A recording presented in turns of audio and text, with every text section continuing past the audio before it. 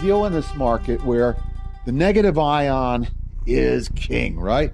Yeah. The problem that you get with the negative ion market is that they get lost in the concept, because there are two ways to produce a negative ion in a man-made device. Forget about Mother Nature. I live near a waterfall. But 99.999997 rest of the people on the planet don't.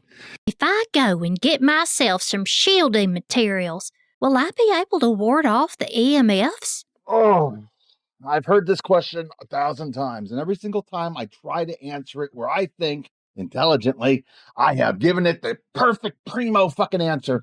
They always look at me like, little Jerry Lewis going on there, and it's like, ugh. Now, even though you went and you bought yourself a tent. It's an EMF canopy god. A sanctuary. Even though you went and you bought one of these things, you did so with a stamp of sucker of approval right across your forehead because they saw you coming. Andrew, pay attention. Your EMF expert that you're going to yap with or bring to your house doesn't understand this kind of language. You're lying to me, you son of a bitch. They don't understand this kind of science. Why? Because the EMF, the building biologists, they are charlatans. But we're becoming friends. Some of them mean well, some of them are professional. 99% of them out there don't know their ass from a fucking hole in the ground. For the people who just want to buy the one thing. Okay. Go less EMF. They have 1,001 things that you can buy that will do absolutely not a fuck all for you. I'm going there right now. Have fun with it. Oh, wow. He was right. Lots of one things. Ooh. Oh, that's nice. Yes, ma'am. Oh, add to cart. Ooh, that looks fancy. Ed. I don't deserve this. I'm a good person inside. I swear, I'm a good person. Alan, what's up? How you doing, man? Hey, how you doing? How's everything down there? Good, down here in Texas. Yes, sir. Just starting out, what is radiation really, and what's the confusion of EMF that everybody uses in the industry, the buzzword, versus the real danger? Radiation is basically, it's light spectrum. That's where it starts. Okay, so you have ionized and non-ionized fields. But the principle, let's just stick with electricity, make life easy, okay? Electricity is a waveform. We know it as 60 hertz, but we also know that 60 hertz has a vast array of multiples. Now, each one of those multiples creates a wave. With that wave, they basically bump up against each other, they rub, they create through friction, they create heat, and that heat is radiation. What about this buzzword EMFs, the EMFs that you joke about a lot? EMFs it basically stands for electromagnetic field. It stands for the ebb and flow of electricity as it flows through a wire.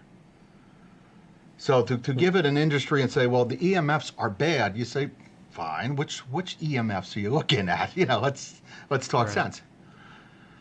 You know, but there's just way too much confusion with that. On the other hand, if we sit back and we say, well, it's the radiation field coming off of that, since that's a little bit more chaotic, and that can be magnetic, that can be light fluctuations, that could be just heat, that could be a host of different things.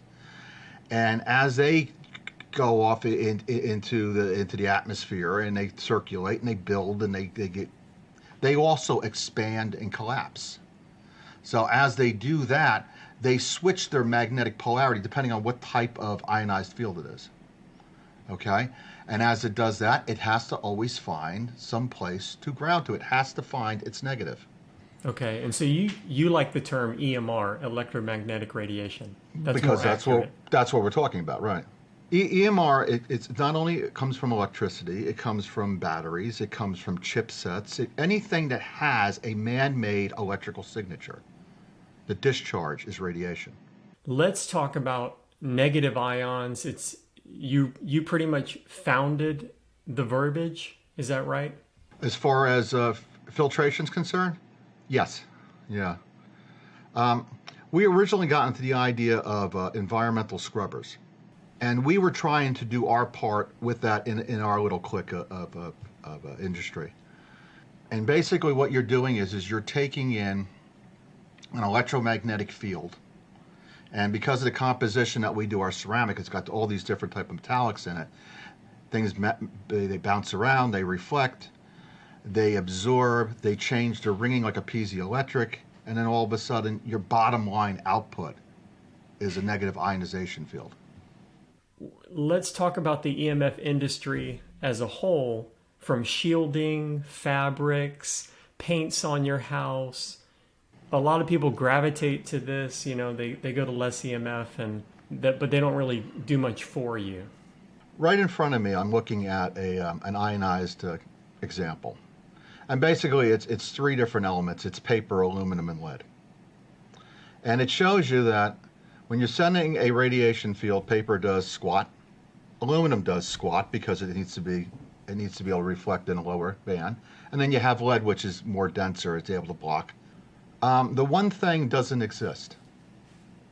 Yeah, if you think you're going to find it, if it's this, be my guest.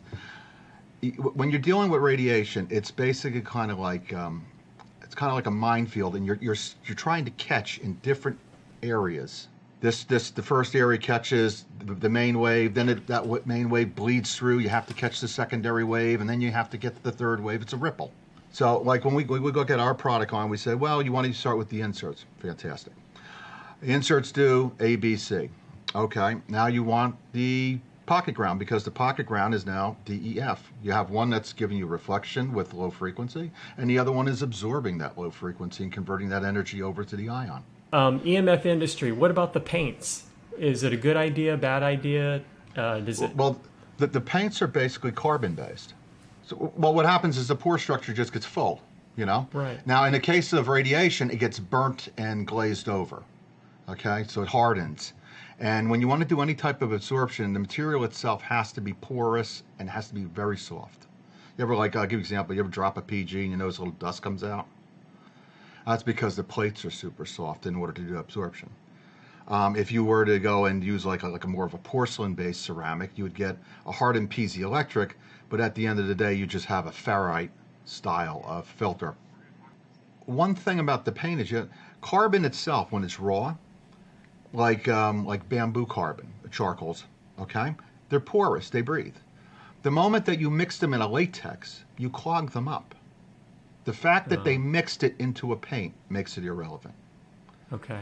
And then you go and you put it on the wall, it's exposed to the air elements, it does its thing for a day or two or three, but by 90 days out, you wasted your money. It's just gone. And so what about other shielding? I mean, are you wasting your money with these fabrics? Are they dangerous? Do they bleed through? What's the deal? Well, both of those are correct. The first thing you have to understand is about surface area and timing errors, okay? So if I go and I grab a little swatch, let's say a 12 by 12 square swatch, I have to go and add up all of the surface area, because whatever I tap onto it as the ground wire, the drain wire, it has to be able to absorb all of that energy. And since electricity doesn't flow down the center of a wire, it flows around the outside of the wire. So you have to make sure that your wire's got enough of surface area and then some to address the fabric you just put on.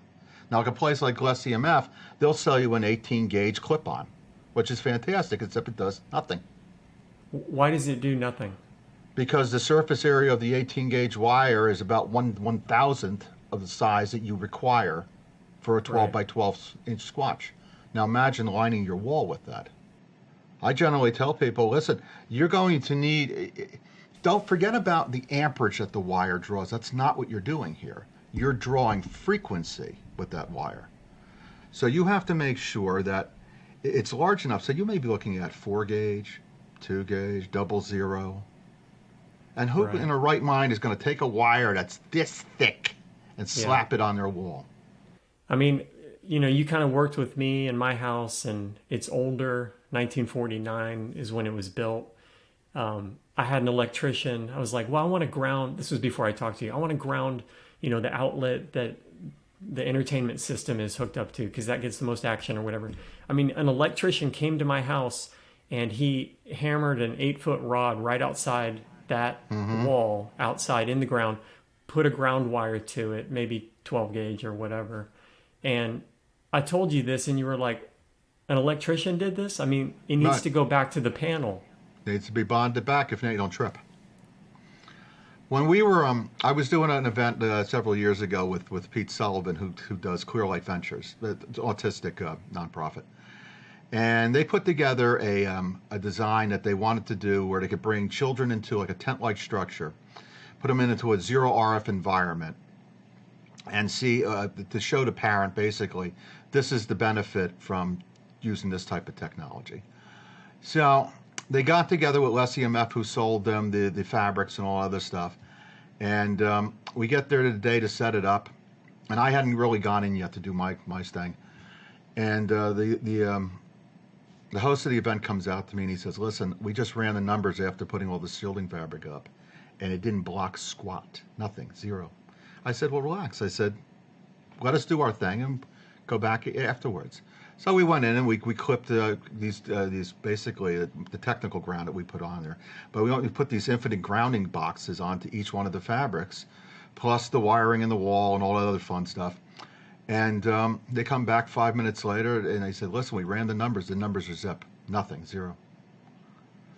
Well, that's because you need to be able to draw the stuff off. Now, what we were able to do with the box, though, is, like I said, the box is an infinite ground. So it is constantly drawing in magnetic energy. It's able to dissipate it a lot better. So the fabrics are they creating a dangerous Faraday cage? Yes. Why is that? Even if they're grounded? Well, let's say you're using a 12 gauge ground on a piece of Swiss shield, which is a silver filament. Right. The average person uses Swiss shield for a bed canopy, which is probably somewhere in a zone of 30 to 40 feet of fabric, that covers around the bed. Yeah, it's so elegant. Yeah, it's very elegant. The number one thing is that everyone says is, listen, it works for the first 3 days, and then all of a sudden I start to feel something wonky on the inside. Mm-hmm. And the thing with metal is that you can use it to reflect for a while, and then all of a sudden it starts to absorb the reflection. That's the magnetic stage. And when it gets fully saturated because you didn't give it the appropriate off-ramp, which for Swiss shield, again, you're looking at an 8 gauge return line back to the wall. Nobody's using that. If you didn't do that, it starts to bleed through. It's able to reflect the frequency. It cannot reflect the magnetic energy from the frequency.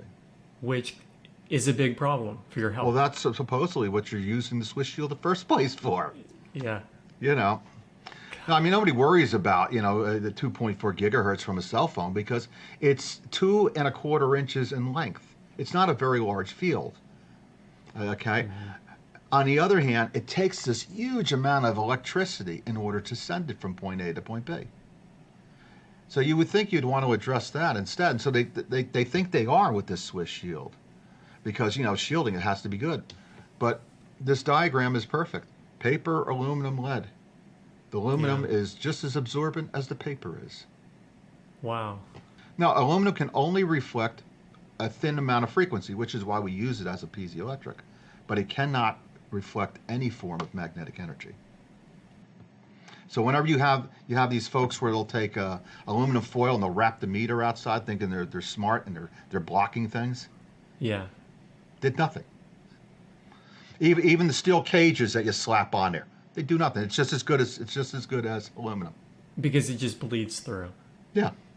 What is electricity really, in a way that people are not understanding it correctly, including electricians?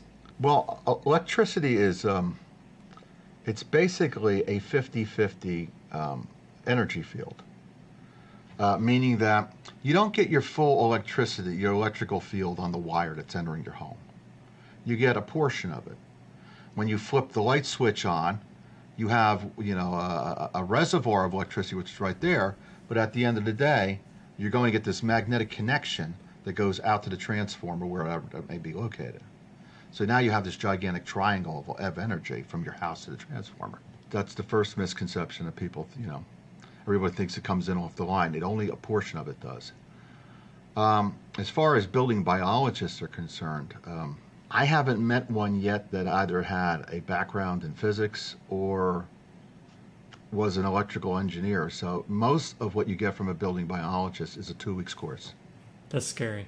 Like if you go out to the B&B University, which is out in California, they only give 2 week courses for this stuff, and they're the top of the line. There's create a problem to solve a problem, one of those type of things. It's the same thing. They have a very basic generalization, and when you sit there and you say, well, your guideline doesn't work, how do I solve the problem now? Their answers are, well, you can either move, or you can this, or you can do that. I get a lot of those phone calls, where they'll say, the building biologist came out and they told me to move. And it'll be this little old lady and it's been in the house for 60 years. You say, maybe you don't have to move. Why don't you do A, B, C, and D? She'll do it. And she'll call me back an hour later. She says, son of a bitch, you got everything and fixed it for me. Right. It's not hard. It's just they don't have the background or the skill level to do it.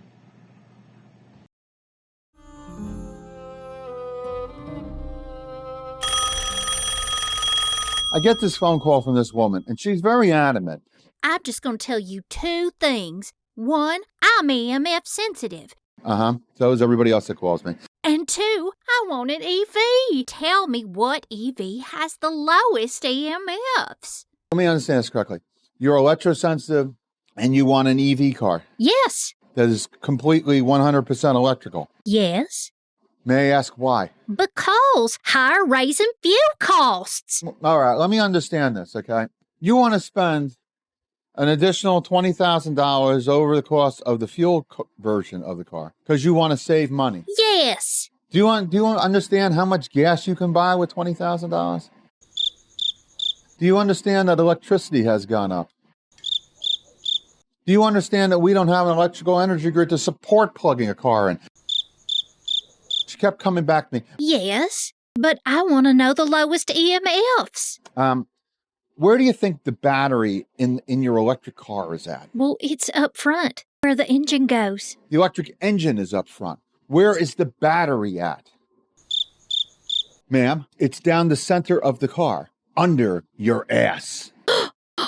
You want an EV. That is what you want to invest an extra $20,000 in. Yes. To actually lose money at the end of the day. Why? Because every single EV loses half its fucking value within the first 6 months that you own it. And oh, by the way, when you're ready to offload your car in 4 years or so, guess what they depreciate the most off the thing? The battery. Now, did she hear any of this? No. You're lying. I'm going to try these other people. They seem to know things about EVs. If you sit back and say, well, let's take a look at the price for the EV versus a combustion automobile, and you say, well, fine. Just understand that you're paying. The reason why it's an extra 20 grand to go and buy it, the EV, is because you're paying for your energy up front. They didn't bother to tell them that electricity now is going up and up and up and up, right, the last year or so. So now your EV costs you 3, 4 times, 5 times the price to go and run. But that's the least of your concern. The lead of the EV is basically moving towards the autonomous automobile, right? They keep telling us 25 to 30 to 35. Control. Right. But the argument is that how do you go and regulate the autonomous automobile? Forget about They're creepy as hell. They're creepy as hell when you see them driving down the street. Well, forget about how they power it. They're going to use 5G as the GPS for this thing. I heard in one of your podcasts you said that pilots didn't want to go to a certain area because of the high 5G that was there. It's knocking out their radar.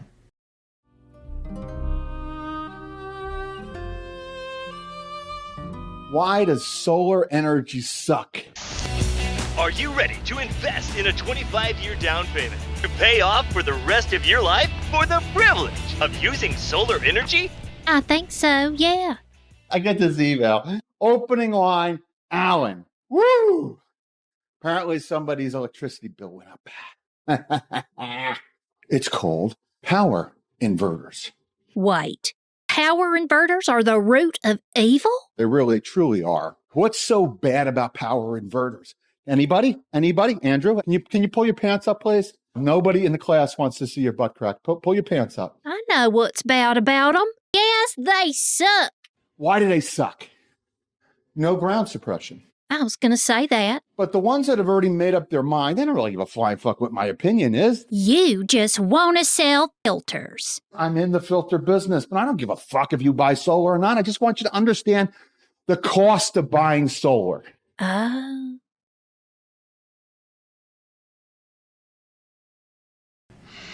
So solar.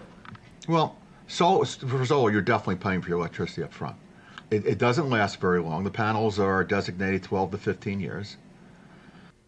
And you've got an 18-year loan. You got an 18-year loan, but then you also have a disposal fee for solar. So generally, they cost about $2,500 a panel to dispose of them. Wow. So you have to know that up front, too, because that ain't paid for. The biggest problem with solar is putting it together. In a house, the energy coming off the solar panel is so low that the ground is not strong enough to absorb it. So the radiation from the panel just floats free. You mentioned that a lot of people contact you, and within like the same week, it'll be like a bunch of people from the same area. Because that energy literally comes right off the panel.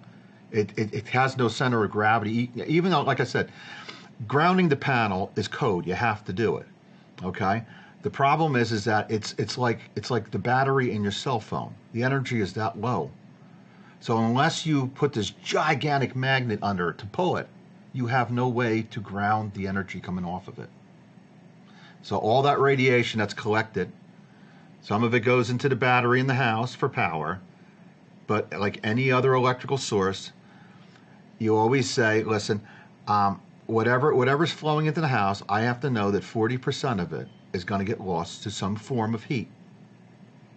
That's why in the summertime, everyone says, well, they raised the voltage coming on the line, right? You measure your house, you went from 120 to 125 or 126.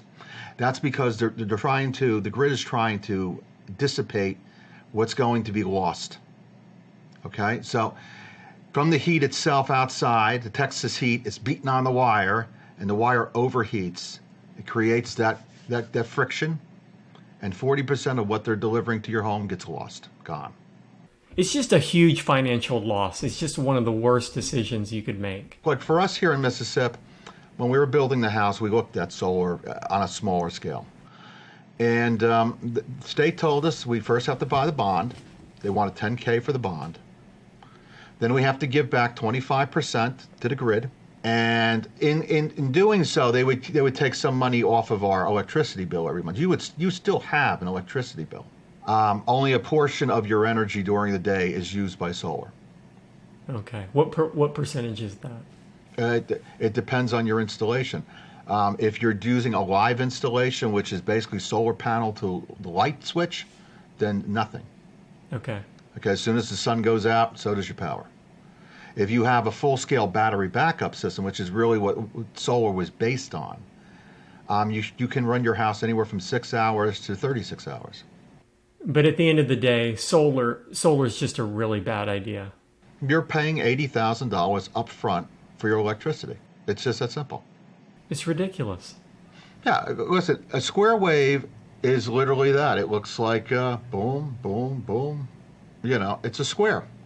Mm-hmm. And because it doesn't have the rounded edges on it, it's not able to expand and collapse the same way that the wall does.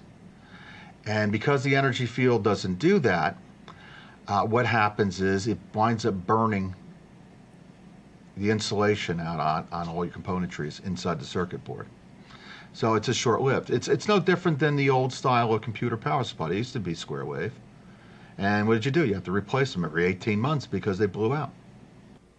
And so when you have solar panels on your house, you're having to go through refrigerators and all these devices sooner. It depends on where you spend your money at. If you go and put yourself a battery backup system, and like we were discussing earlier, okay, that's going to require you to use a different type of inverter. So now you're looking for a pure sine wave inverter.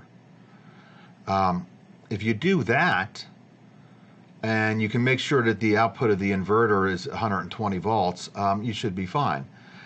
Most inverters, like even your UPS in the house, when the power trips and the battery trips on, it's not actually rated at it's not pushing out 120 volts. It's putting out 122, 125, but instead of it being at 60 hertz, it may be 380 hertz. Okay. Do you understand? And the higher the frequency, the faster you're able to burn through things. Okay. And they haven't figured out yet with technology how to actually, when the battery kicks on, to actually leave it locked in at 60 hertz for the US.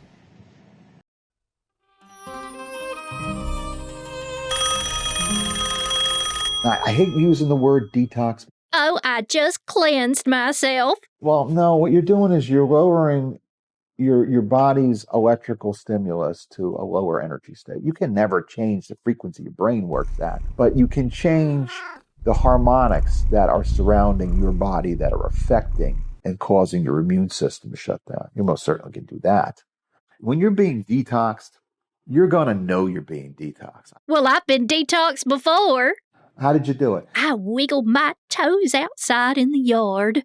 Whoever tells you that they wiggled their toes in the yard and they felt wonderful is a lunatic. They're nuts. It doesn't work that way. You're lying. The soil is 1 billionth conductive these days from where it was at the dawn of time. Then we had the Industrial Revolution, which created acid rain. Basically, acid washed the ground you live in. I think you need a psychiatrist. I may actually need a psychiatrist. I do this in order to keep myself sane. You understand?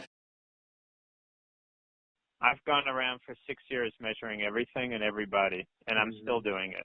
My mat, when I use the tri-field in standard electric mode, it's putting off 160 VM. You discover the fact that earthing mats absorb all the EMF around them. When I turn off the breaker, it goes down to 6 VM. Boy, did you just hit on the iceberg. 20, 30, 40 years ago, earthing mats were fantastic because there was so little technology in the home, so little power outlets even. And now it's changed. Now electrons are flowing and all the EMF surrounding the area will be flowing. If they're a direct source to ground, they just suck up all the 50 and 60 hertz EMF they can, and whatever's near it goes right through you and into ground. Let's get into earthing. Dude, I was pissed when I found out that what I was doing could actually just be equivalent to like putting voltage on my body every night. And somehow they, earthing.com sells us on this idea that it creates this Faraday cage. Well, understand, you have a Faraday cage flowing around you. That's what they the British Academy of Science back in the 1800s proved with the lighting jar experiment. We always have a negative charge flowing around us. You have a Faraday cage. Right. Okay. Like you're down in Texas, and the first thing I would tell you if I was coming in to do a job, I would say, listen, dude, don't put a ground rod into the soil. And you'll say, well, why not? That's grounding. And I'd say, there's nothing in there. There's no conductive material in your soil. Okay, it's either been burnt away from the temperature, or whatever. But it ain't there anymore. Acid rain. Right. So I would go and recommend a conductive cement that we know guarantees a certain ground impedance. Maybe you'll go on to it, maybe you don't. Anybody that sits back and says, well, I'm earthing because I put something into the ground. That's as good as I walked outside in the backyard with no shoes on and I wiggled my toes in the sand. Is it true that back in the day when they set up the electric grid, they allowed electricity to go back to the earth? That's what an earth ground is. We still do that today. But you have to make sure that you have enough of impedance off the ground in order to absorb it, where it doesn't reflect back. And they're telling people to hook up to that. And earthing.com is saying, oh, if you feel tingling, that means it's working. No, bullshit. If you feel tingling, you're being electrocuted. Exactly. Introducing Earth Yourself! Just plug it in and enjoy hours of free electrons. Now with tingling and headaches. I had been electrocuted, right? Low level electrocution. Yeah, low voltage, right. Right. So what's that effect on my immune system? Just talk about that. Well, the effect on your immune system is twofold. One is it will actually burn off nerve endings. So you can cause damage to your nervous system. The second thing is DNA. It will burn away some of your DNA. You know, one of the things when it comes to grounding that people, they don't, you know, especially the earthers, you say, listen, if lightning struck a tree out in your backyard, the lightning will go up to 1,000 square feet from the strike point. You'll have all this energy. This is the problem that they have down in Florida. Yeah. And if your theory of earthing was correct, okay, meaning that all that energy just flows to Mother Earth using Schumann, and it's a wonderful thing, then when the lightning strikes all the metallic stuff, including your rod, it would just go down to the core of the Earth instead of shooting up your electrical panel and through the sneak paths and blowing everything up that you own. And that's exactly what you're feeling. When you feel tingling when you're touching the rod, you're actually feeling a reflection wave. Energy's coming to the rod, doesn't know where to go, and then it bounces back. We basically have an industry that is selling you on earthing, telling you to put a rod in the ground. If like me, I was in an older home, so I ran a rod to my mat, and you know, they even say, well, you should be fine. I mean, no AC should jump on that. Just running a rod, you're not connected to that ground of the outlet. But they're selling you on this, electrocuting people, and at the same time not even delivering the negative ions that you're after. Earth has all these negative electrons. Yeah. Right? Sure. But you have that anyway. That's exactly what I was trying to say to you. As long as your feet is touching the ground and you complete the circuit, at any given time of the day, you have electrons literally flowing from one foot over around your body to the other. There's a doctor out there that's very famous in the EMF world where he measures people's body voltage. And you say, what are you doing that for? Well, we want to make sure that we're showing them how much energy they're absorbing. Well, Doc, if you had any basic physics, you'd understand that all you're measuring is they're tapped to Earth. You're not measuring any voltage they're absorbing, because that's not the way the body absorbs energy. They're connected to Earth just by proximity, even if they have insulated shoes on? Yeah. People don't absorb energy like the industry talks to them. Like they'll say to you, well, look at cell phone radiation. It's a secondhand carcinogen. So it has to be, obviously, if you're standing next to somebody holding a cell phone, you obviously are absorbing. And you say, well, that's not the way that it works. The energy coming off of the circuitry, you understand, a cell phone has got multiple different radiation patterns, right? You have non-ionizing, which is the lithium battery. Then you have standard ionizing, which is your chipsets and so forth, because they're high speed. And you have to be physically touching this device in order for those negative charges around your body to say to the positive charge in the phone, hey, let me be your negative. And that's what happens. Continue on that idea with radiation as a positive ion, right? Positive charge. And the body in homeostasis, where everything's working perfectly, is a negative charge. But over time, what is the radiation doing to the body? The body itself is, like you said, it has a negative magnetic polarity to it. And by doing that, the brain the stimulus that comes off your brain, that's the positive field. So your brain goes to this ventricle and says, I want you to open and close, let blood flow for oxygen levels. And zip, boom, it does it. When you're touching another positive magnetic pole, what happens is that the two positives overpower the negative gateway. And now you have a misfire. So oxygen is now being sent to the wrong location and so forth.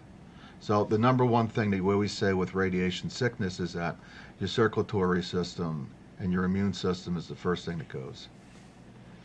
And if you talk to anyone who has been diagnosed with EMF, electromagnetic sensitivity, the first thing that went with them was their immune system.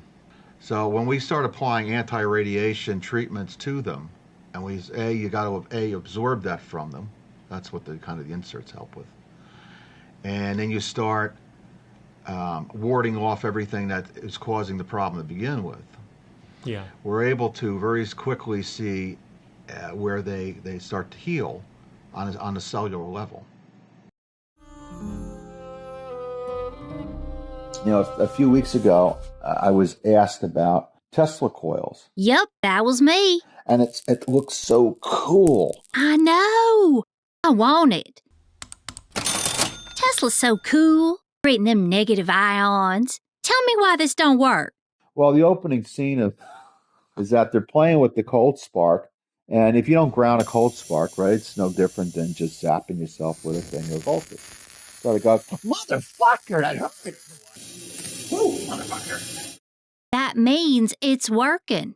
You know, if you start, let me put it this way. If you start the video demonstration off, motherfucker, it hurt. I don't understand where anyone in their right mind would consider this a product that they would want to use on them personally. You son of a bitch. Why would anybody spend $8,000 to electrocute themselves with low voltage? Alan, you just jealous. Well, Tesla coil is very simple, right? It's a transformer, okay? And we apply a high voltage frequency to it in order to get a cold spark to shoot. That's all a Tesla coil is. It's one gigantic electromagnetic field with a high frequency carrier added to it. Now, the idea originally for a Tesla coil was to take that cold spark, this is what Nickel wanted to do, and shoot it across in order to power something. So it can do that. Why anybody would want to be touching that outside of an insulated suit. You ever see the Tesla coil shows where they're just standing in the steel cage, but they're wearing a suit of steel? Nah. Well, that's what you need to in order to handle these things. I don't know why anybody would put one in the room, though. It just doesn't make any sense. So in the video, is it a scaled down version of what we've seen in like the magic shows? Yeah, it's a scaled down version. Yeah, absolutely. But the biggest problem with having an unshielded Tesla coil is that it's also attracted to electromagnetic in the wall.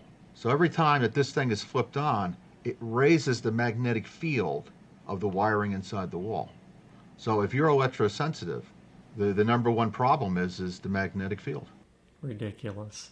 Oh man, I mean the whole industry from earthing to Tesla coils to solar panels, EV cars, it's all an echo chamber of bullshit.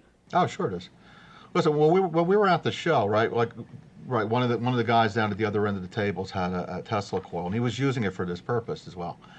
And as a matter of fact, it's the same folks that you're talking about. Everybody that passed by that booth, everybody was sick. And when the organizers asked them to flip it off, they said, "Well, that's part of our show. We can't go and do that." So they left it on, and the longer they left it on, more and more people. So I went over to the organizer. I said, Tara, I said, when are you going to have these guys flip this stuff off, or do you plan on getting sued by all these people as they figure out you're allowing this to go on? So it was a huge magnetic dump in that area? My table was probably 75 to 80 feet away. Wow. And we could feel it. Matter of fact, I did a demonstration of the filters where Dave and I, my partner, we basically did focus filtration in our little 8-foot area, and it was like an anti-magnetic tent, and we just pulled people into the tent, into our zone, and they go, "Oh my God, I don't have a headache no more. I don't have this. I don't have that." Yeah, okay. Are you saying that was the same device as the one that was in the video? Yeah, it's the same folks. Yeah. Wow, same exact device. So what is the reach of it? So what was like the radius of this? The radius of it normally is like 30 to 40 feet. Okay. Until it grabs onto the electrical wiring, and then it can go as far as the house will let it. Because electricity is kind of like this living organism, right? It's an ebb and flow, right? Electricity is constantly moving in an ebb and flow. And people have this is what kind of blew my mind about, your ideology of what you talk about, which is true. People have this idea, I need to save money, so I shut this off. and I just turn this on when I need it. Oh, and then I shut this off. Well, when you're doing that, right, what's happening in the house? Well, two things. When you flip off something like a coffee maker, you didn't flip it off. You just put it into standby. That energy constantly has to move. So even if the coffee maker is on or not, you're still putting energy into it, right? You still have caps in there burning energy. When you flip the breaker off, on the other hand, all you do is you do magnetic disruption for that circuit. But the moment that you flip that circuit back on, it's like it's a short burst of a surge. That's exactly what it's called, an energy surge. And that surge goes high and then it collapses, even if you have nothing plugged in. And then what you have to do is you have to rebuild that up to get level again. So it may take you 3 or 4 days for that energy surge every time you flip the breaker up to level out. Now the important thing is this: is while you have the power flipped back on for the day, you're in 10 times the amount of energy than you would have if you just left the damn thing alone. Of the magnetic field. Yeah. I mean, if you don't live there, big deal. But you're also burning 10 times the amount of energy. It's like the argument of an air conditioner, right? And people say, well, I lower the temperature while I'm at work. I raise the temperature while I'm at work, and then I lower it, when I come home. And you say, well, you're constantly burning energy to get back to level. If you just left the thing at 70 degrees, it wouldn't cost you anything.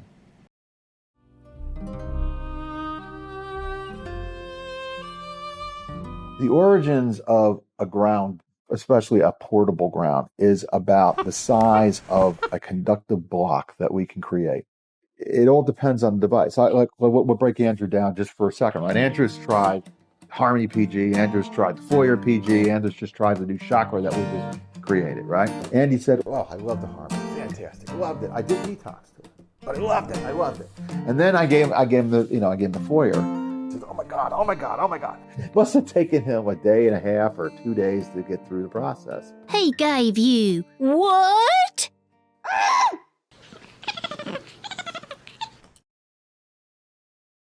Let's talk about real solutions, because I found you about 1.5 years ago.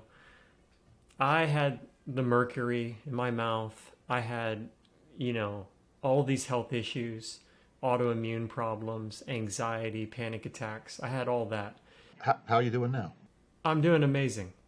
Okay. And, I got everything out about 3 years ago, 2019 spring. Right. Something was still wrong, and it was the earthing, of course. And then I just kind of went to another level when I stopped earthing. And then I found your stuff. And the moment I got the pocket ground was just like, I just felt just so much at peace. Mm-hmm. That's the best way. So calm. And also like euphoric. Like these bursts of, maybe you could explain that. What's going on there? Well, that's the negative ions. Basically, what's happening is that you're putting a positive field charge into the block, and then like I said before, we beat it around, and then we start to release a negative charge on the block. Remember, your body again wants to be negative, so all you're doing is saturating it. So when you have negative, you wind up saturating your body with oxygen, and that's all you're doing. You're just doing oxygen enrichment. We basically got started in the autistic world. We got started from, like I said, from a nonprofit. They came to us and asked us to produce certain devices for autistic families. It wasn't something that I jumped in on and said, okay, we were already doing a product line. Like I said, we were involved in looking at environmental scrubbers at the time. And we were able to take that tech and apply it into the autistic. You tweak it a little bit. As far as how the tech works itself, everything in a radiation field it's multiple things, right? You have magnetic polarity, you have the pH of the field itself, and then you have the physical energy for that field to move across a room. So the block itself, we made a block that was about 100 times more conductive than Mother Earth. That way, it acts like a magnet for the field. Now, once the field gets into the block, you have to do two things automatically. You have to convert the pH of the field, because if you ever taste radiation in your mouth, like if you're hanging over top of a transformer and you smell it, it's got like a metallic acidy Yeah. flavor to it. Well, that's Yeah. what the field is. It's got a low pH. It's below 2. And we have to go and raise that up to a neutral because air is actually at a neutral. Okay, it's 79.5% hydrogen to 29.5% oxygen. What pH is air? 7. Okay. Okay, so you have to go and you raise it. Now the only way to raise it ionically is as that negative discharge. So like we always talk about the water molecule. The water molecule is going to dictate what the discharge is going to eventually wind up as. So if you're living in an area where you have elevated CO2 levels, okay, for example, then you will see more oxygen on the output. If you're living in a more pure, you'll see more hydrogen. The idea is that air always has to be 79.5% hydrogen, 29.5% oxygen, always. So the box is basically just filling in the gaps by using all the radiation that it absorbs. And then what about what about your tri-wave and your breeze, and how do those work differently? Well, it's not that they work differently. It's the block itself is physically larger and more dense. So we're able to absorb things at a faster rate as we move up in size. Right. That's all. The difference between like the tri-wave and the quad wave, well, that's something totally different. There are different ways to make a box, okay? Like if I was making a device for an audio manufacturer, for example, it's basically going to be magnetic based, whereas you take two opposing magnetic fields, right? And it's not the magnets that are drawing in the EMI. It's that center field in between them, in the magnetic gapping. You place that magnetic gapping over top of a field, and it acts like a center of gravity, and field is drawn to the gap. Okay. Okay? And then the way that you get the box to work is you put in a piezoelectric, let it reflect back in, and whatever the piezoelectric frequency is, that's your correction. In the quad wave, we stuck with our basic absorption design, and we put in a piezoelectric on top of that. So it's like what I did for Sullivan at the show, where we're now giving this big gigantic block its own infinite ground. Yeah. So the block can absorb infinitely without having any problems, but it does it at the rate of speed. Right. The bigger it is, the more it can just absorb and say F you and send That's out right. negative ions. That's right. Okay. Okay, and the biggest thing is that when you're doing it, you have to make sure that there's no residual left over. Okay, Yeah. and that's what this block is doing for it on the inside. It makes sure that anything that's left in there, it gets completely wiped out. Right. That's what the And infinite ground's each about. home is different. So like, the breeze, how do you use the breeze in your home? How do you use the tri-wave? It's the size of the room, right? Yeah, for the most part, like for me, I don't have any rooms that I can actually get away with a breeze in. Yeah. So I'll put it on my desk at work, or I'll put it in the car. The tri-wave, for the most part, 15 by 20 size room. It's about volume, whatever the volume is of the space. But even if you look at like our family room is 28 by 18, and I have to use about 3 of them in there. 2 actually do the absorption, and then the third one handles the overlap. Okay, so you can do things like that, or you could just put a single quad wave in there and just let it center it and let it suck through. Yeah, I mean, I sleep with this under the pillow. Yeah, I do too sometimes. I have a breeze next to me, right next to my head, and I'm no longer earthing, so I feel fantastic. Mm-hmm. That's good. That's good. Hey, are you hearing something weird? No, I have silence. That was weird. It sounded like somebody picking up a phone. Okay, never mind. All right, so where are we at? What about Maxwell? I am a physics guy, so every 18 months or so we dabble in different forms of electromagnetic, if it's Ohm or it's Fourier or it's Maxwell, which is what we're currently at. But each one of them means something different. Where Fourier is basically dabbling in 3 different harmonic values.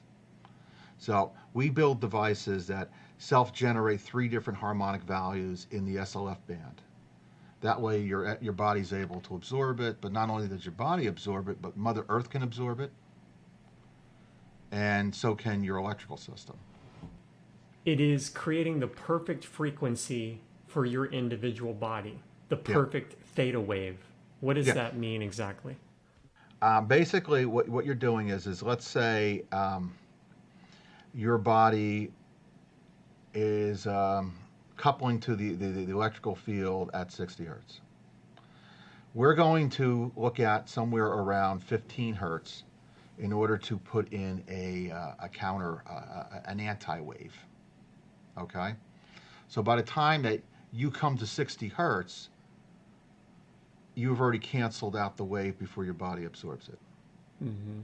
And depending on the device that you're using, I can either put it into the wall itself and cancel it there. I can cancel it from the grounding system, which is your water table, or I can cancel it on you. That way when your body is working at theta, it's completely clean. You now have developed, we used to say it was like a power conditioner for your nervous system, but it's not. We've moved past that.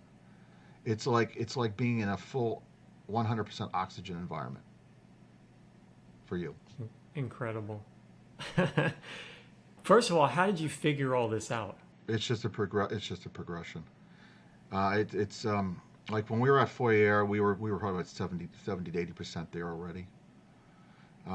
As you notice, we come out with different versions of it in that sequence.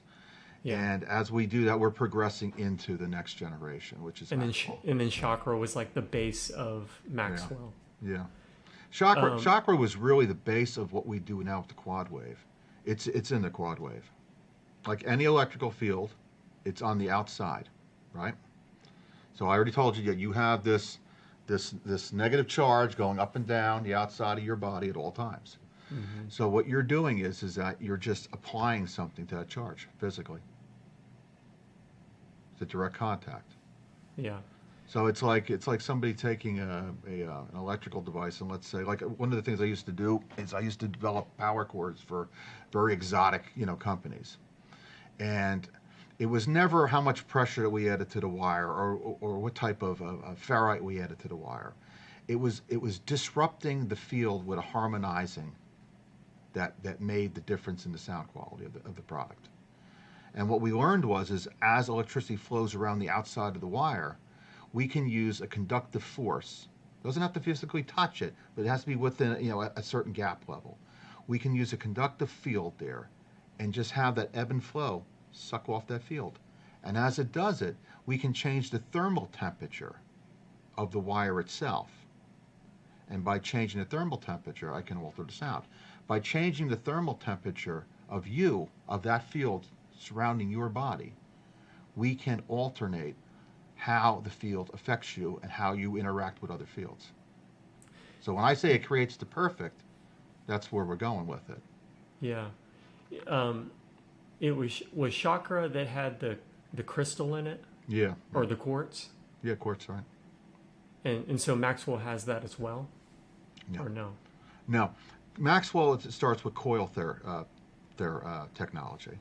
Okay. So we're basically using coil-based filtration on the inside. Okay, and we allow them to induce themselves. Okay, inside the oven, because the case itself is lined, so it's called an electrical oven. Okay. And inside that oven, we add X amount of coils, and what those coils do is they induce and they alter the temperature of the oven. Now, understand, we're not talking about hot, okay? We're talking about light temperature. Yeah. And then within that, we'll go and we'll fill it with the ceramic, so we allow it to now get absorbed, converted, beaten over, and so forth. I mean, it's incredible what people are getting for their money. Like, if you were to ask me, what would I, knowing now what I know, what it's done for me, what would I pay for this? It's probably 10 times what you're selling it for. The problem, like for someone like yourself is you went and you tried everything else leading into it, and that's most of our client base. So by the time they get to us, they've already spent $15,000-$20,000 on trying to find a cure. Not understanding, the cure was, it's a couple simple things you do in the house and some filtration for maybe $1,000 or whatever, you know. And the biggest default of that is the other companies. They go and they keep selling the snake oil of the industry, making people think, you know. I do have to admit something. I was on Etsy selling, oh God, this is so hard to say, shungite product. Oh God, it hurts so bad. And I told people about shungite, and I told people about earthing. Shungite is... It's coal. Yeah, it's coal. Yeah, it absorbs, but it has such a small spectrum that it can deal with, and then it saturates and it's done. It saturates, right. That's right. So painful. I had this one woman one time. She was selling jewelry, and she had it was a copper coil laying over top of a little piece of coal, and on the back half of it, she had a rare earth magnet. So I said to her, I'm curious, what are you selling this as? Well, it's an EMF device, an anti-EMF device, and people feel fantastic with it. I said, let me get this straight. You have a copper coil. You're putting a little carbon behind it and a magnet behind it, and you're letting it wear it roughly around their heart, on their chest, and that's helping people. Yeah, you better believe it. She was a feisty one too. She fought with us for a while. But these people, they believe that what they're doing is right. Like, your devices are not your grandma's organite. You know? Yeah. You can't just take some copper shavings, you know, it has small surface area, right? Right. And put it in resin, and you got something that works for radiation. No. That's just a piezoelectric. Hold on a second. Alexa, Studio One. Okay. Thank you, darling. Yeah, I can't see myself. Yeah. No, all you're doing is creating, when you just like copper dust and stuff like that, that's just a piezoelectric. You know, that's similar to what we're doing in the ceramic, except we use 23 different piezoelectric fields. Yeah, it's amazing your R&D that you do. So I'm on your R&D Facebook group. Mm-hmm. Can anybody join there? Sure, they just send us a friend request and. Okay. What is radiation? It's depleting the oxygen level in your body. So now you understand one of the therapies, if you have been diagnosed with electromagnetic sensitivity, or even better yet, you've been diagnosed with some other form of illnesses that you can't explain. Look at products like our insert, like our pocket ground, like our in-room filtration that produce elevated oxygen levels that keep you within balance. This is about producing oxygen. That's what the PGs do, the QBs, the tri-waves, the quad waves, the technical grounds.